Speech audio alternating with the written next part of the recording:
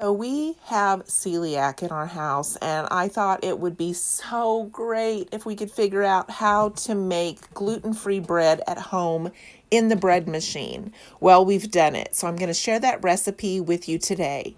So here's our bread machine, and I turn the settings where it is a 3-hour cycle and a 2-pound loaf. And then we're going to put in all the wet ingredients first. So we're going to add 2 eggs, a cup of lukewarm water, a third of a cup of oil, and I use olive oil.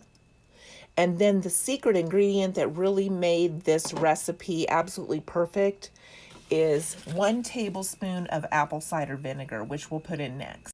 And then I use Bob's 1-to-1 baking flour. It already has xanthan gum in it. And I use 3 cups of this, which I put in next. And then I kind of just make a little spot in the top of the flour so that everything doesn't run into the water, because we won't want the yeast running in until it starts.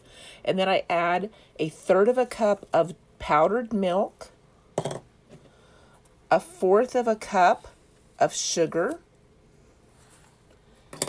and a half of a teaspoon of salt. And then I use 1 package of fast rising yeast. You can still buy them at Aldi for about 79 cents for a 3-pack, which is the best price that I've found.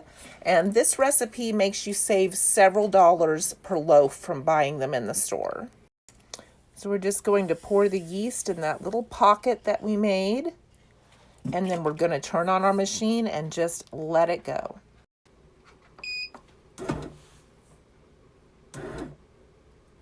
And in 3 hours, we'll have homemade gluten-free bread. This is the best recipe that we have found. It's so much better than the boughten bread. So I hope you really enjoy this recipe, and I'll show it to you when it's done. And here is the finished product.